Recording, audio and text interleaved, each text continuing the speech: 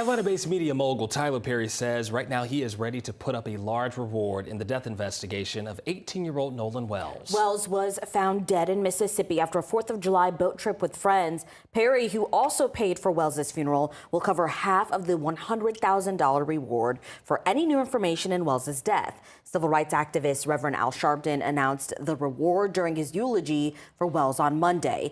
This nearly 2 weeks after Nolan Wells' body was found on Horn Island. Attorney Ben Crump is still searching for answers for the family. Any parent would want the answers as to what happened to their child. They went out on the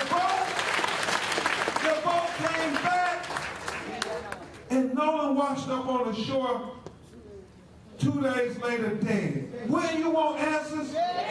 Will you want transparency? Will you want the truth? Words from Reverend Al Sharpton led the service, ultimately calling for transparency and a thorough investigation.